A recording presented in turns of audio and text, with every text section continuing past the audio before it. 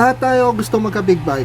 Gusto din natin ng affordable at syempre para magamit natin sa expressway. Isa lang yung napapasok sa isip natin. Syempre si Rusi. Pagdating sa bikes ni Rusi, wala pang inline 4 at mga big bike na higher displacement. Meron naman pero hindi ganon sila nakatutok sa mga big bike. So may naisip akong idea na ang ZX6R natin gawin natin Rusi at tingnan natin kung ano kalalabasan.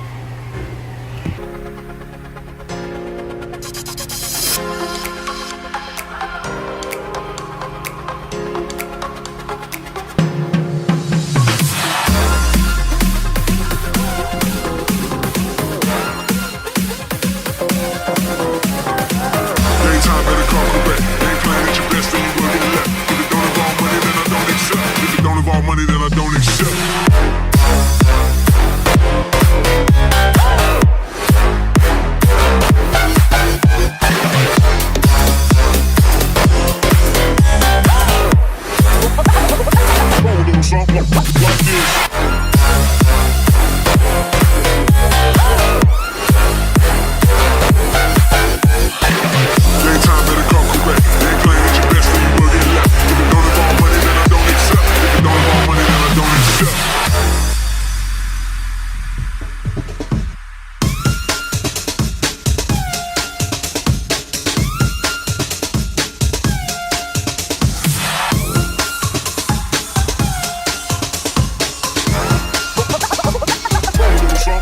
Like this.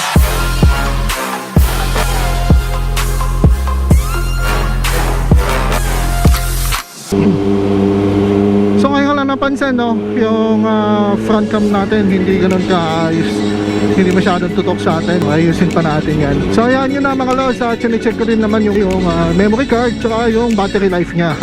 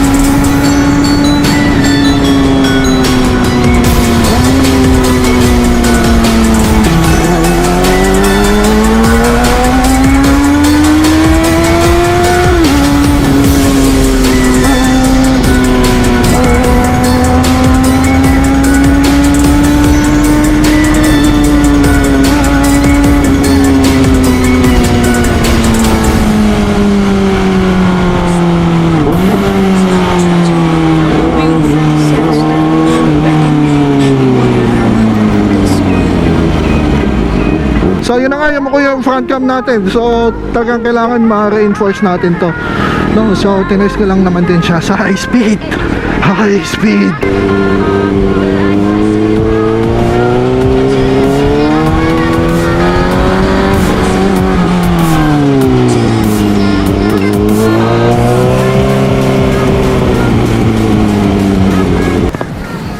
So ayun mga lord, sana andito na yon sa harap ko yung Ninja ZX6R natin na green na ginawa natin na Rusi concept no. So ginawa na natin siya 600R, tapos may logo ng Rusi dito sa gilid, tapos may Rusi pa dun sa baba, tapos may Rusi pa dito, tapos may Rusi pa dito, tapos may Rusi din sa tapalodo. Meron din syempre Rusi din dito sa gilid, tsaka syempre dito, at may Rusi din dito, pati ang ating keychain Rusi na rin. So ba magsasabi na hindi Rusi yan?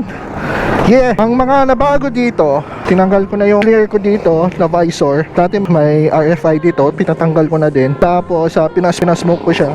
Tapos ito, vinyl na pearl white. Kung ewan ko lang kung nakikita niyo sa camera, iba yung kulay niya sa liwanag. Nagre-reflect yung pagka pearl white niya. Tapos ito, meron na rin tayo winglet. So dalawang winglet to.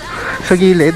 Bagay yung puti talaga sa CX-6R. Yung M4 na exhaust natin, pinalitan na rin natin ng SC, na SC Project. Titanium to. Ewan ko lang kung totoong titanium or baka pinulayan lang, ewan ko lang. Sa soundcheck natin to ngayon, papakita ko sa inyo kung gaano kaingay pag naka-idle siya, no? Tapos bombahin na rin natin. Okay, yun lang yung mga nabago. So lahat ng green, ginawa na natin puti. Nilagyan na rin ng Rusi na logo dito. So binalik na rin natin tong tank grip ng RNG. Yun lang yung mga nabago sa kanya. So ngayon, isa soundcheck natin tong SC dito sa CX-6R natin.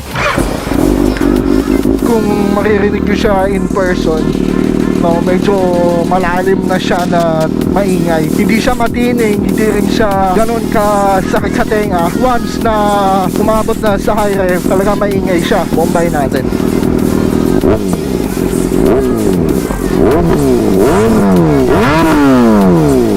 Buong-buo na siya. Kasi hindi siya masakit sa tenga, pero yun nga, eargasm kung tawagin, no? For me, SC ha, pagka gusto nyo maingay, kasi talagang gusto nyo mabulabog yung kapitbahay nyo na hindi naman ganun kasakit sa tenga, talagang loud lang at eargasm lang siya. Yan, siya yun. Okay, ayos ba? Okay.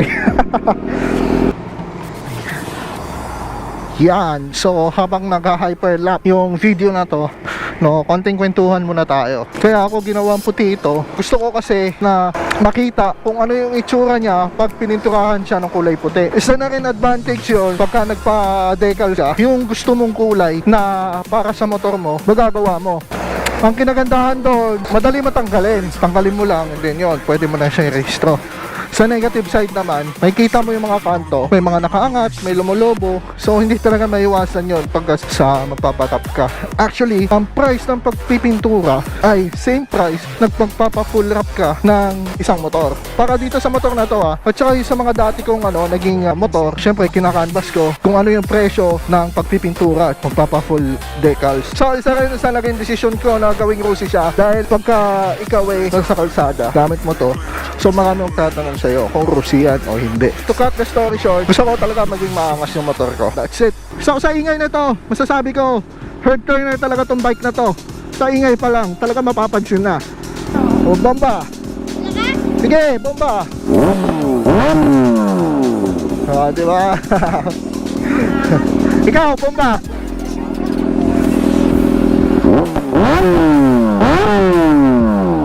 O, diba? Virgin, I took it. She said we should hook up the boyfriend and boogie. Don't know me, they look at I'm being the clouds. Too full of Henny, I'm drinking a drown.